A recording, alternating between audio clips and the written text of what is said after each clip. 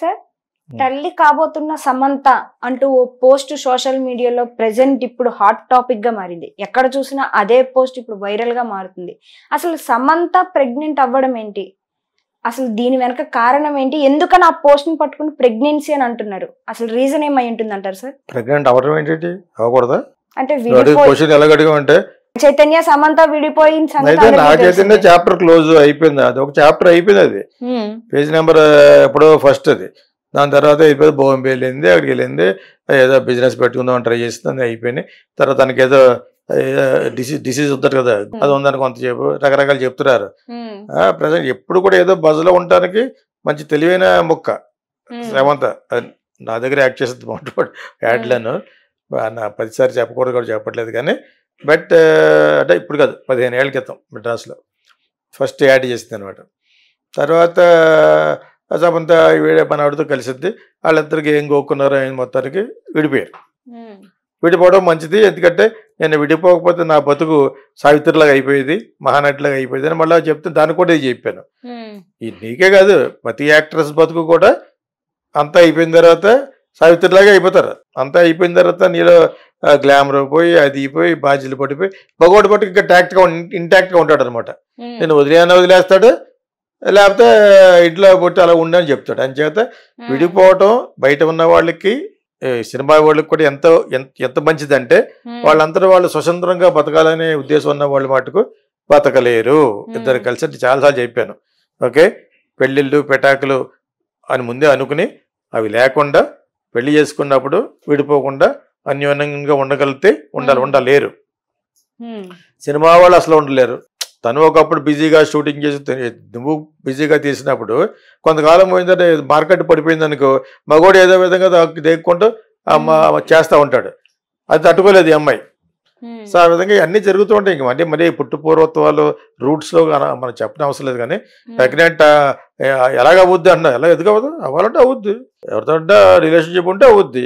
కాకపోతే I don't think so. తనకి యాక్చువల్గా సమ్ అదర్ కాంప్లికేషన్స్ ఏ ఉన్నాయి, వాటితోటి షీ వాజ్ వెరీ యాక్చువల్గా తన స్కిన్ మీద ఎప్పుడూ అబ్సెస్డ్.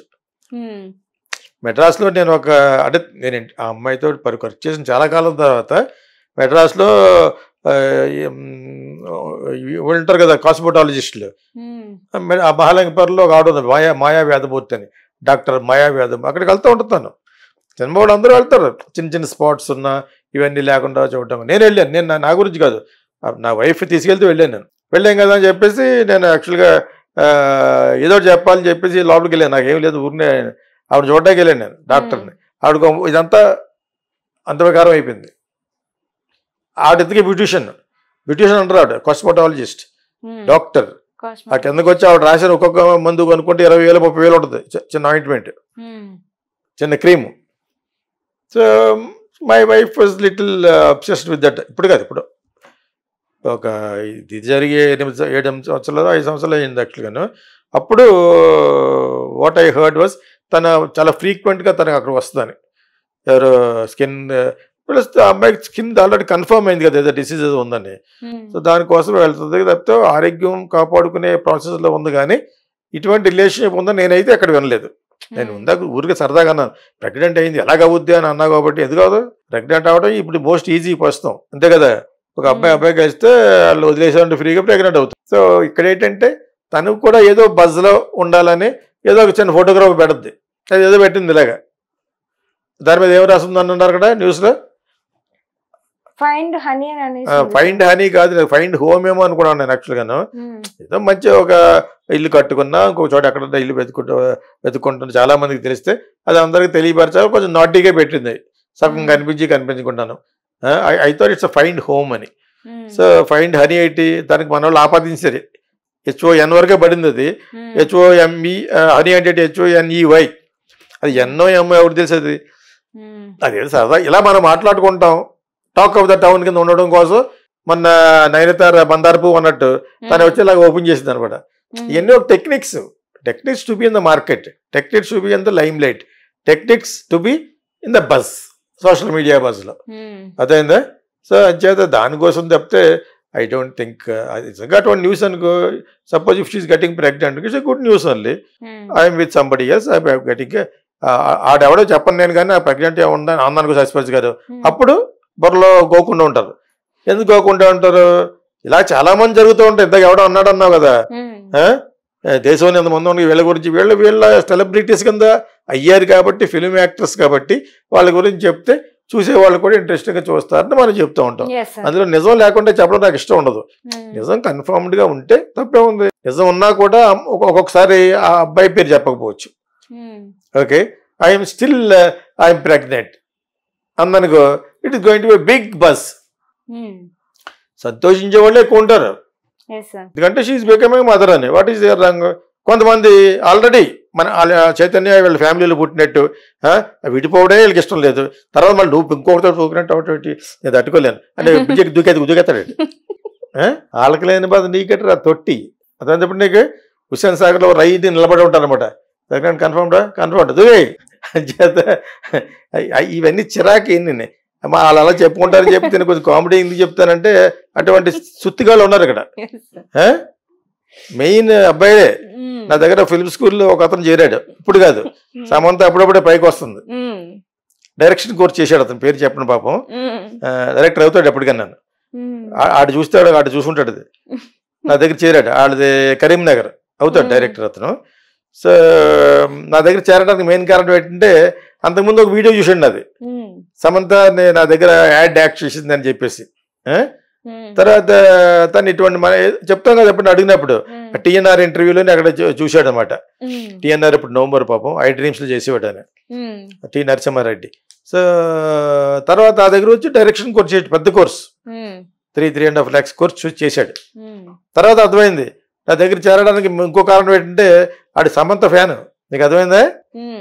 ఎంత ఫ్యాన్ అంటే ఒక సిస్టర్ లాగా అనమాట. మరి ఎటువంటి క్యారెక్టర్ పెళ్ళయిందని తట్టుకోలేడు, పెళ్ళైన తర్వాత వదిలేసాడని తట్టుకోలేడు, వదిలేసిన తర్వాత ప్రెగ్నెంట్ అసలు తట్టుకోలేడు. అదేందా అంచేత వాడు చూస్తాడు. ఇది మంచోడు ఇప్పుడు అప్పటికే కుర్రోడు అనమాట, 18 years. ఇప్పుడు ఆల్రెడీ 5 years అయిపోయింది కాబట్టి 5-6 అయిపోయింది కోర్స్ అయ్యి. ఇప్పుడు ఆల్రెడీ ఎక్కడో కొంచెం అసోసియేట్గా చేస్తున్నాడు. సూన్ అతను బికమ్ డైరెక్టర్ ఆల్సో. నేను అన్నానమాట, అంత అభిమానం తను, కొంచెం అందంగా నవ్వు అంతా బాగుంటుంది కదా. ప్లస్ అనుకోకుండా ఏదో 1-2 సినిమాలు చెప్తే అన్ని హిట్ తనకి అంతకుముందు. ఈ లాస్ట్లో ఎవరో లేడీ డైరెక్టర్ చేసిన ఆ జబర్దస్త్ అనే సినిమా ఒకటి, ఇంకోటి ఏదో సర్రగేటెడ్ ఉమెన్ ప్రెగ్నెన్సీ మీద చదువు చుత్తి సినిమా, అది ఆ 2 సినిమాలు తప్పితే మిగతా అన్ని బాగానే ఆడినాయి. ఇంకో కళాఖండం పోయింది, ఆవిడ గుణశేఖర్ డైరెక్ట్ చేసాడు శకుంతలం, తుప్పలోకి వెళ్ళిపోయాడు. సో ఇటువంటి కళాఖండాలన్నీ రావడం స్టార్ట్ చేస్తే ఇంకా అలాగే ఉంటుంది. తన ఈలోగా మరి ఏం చేస్తూ ఉంటుంది, హనీ హోమ్ అని, హనీ కమింగ్ అని ఇటువంటి పెడతా ఉంది, ఏదో బజలో ఉండాలని తనకు తెలుసు. సమంత పెద్ద దొంగ ముక్క. ఇలా మాట్లాడుకుంటే మనం ఇలాగే ఫోటోగ్రాఫ్ రిలీజ్ చేస్తే జనాలు అందరూ మాట్లాడుకుంటారండి. సినిమా ఫీల్డ్లో what you need is publicity. Cinema field బయట ప్రజలే బస్ కోసం రీల్స్ గీల్స్ మొత్తం బట్టలకి పెడుతుంటాను. అంచేత ఇది ఓన్లీ ఫర్ బస్ సేక్ ఇది పెట్టింది, but she's cute. Samantha is always a cute smile. నేను దాని గురించే నేను యాడ్ చేసేటప్పుడు నువ్వు యాక్ట్రెస్గా బాగుంటావు అన్నాను. ఎందుకంటే నాకంటే పెద్ద పెద్ద వాళ్ళు ఉన్నారు అక్కడ, గద్దే సింధూర, బిందు మాధవి, బిగ్ బాస్లో వచ్చింది, వాళ్ళందరూ ఉండి నన్ను అంటున్నారేట అందరు నేను పొట్టు కదా అని.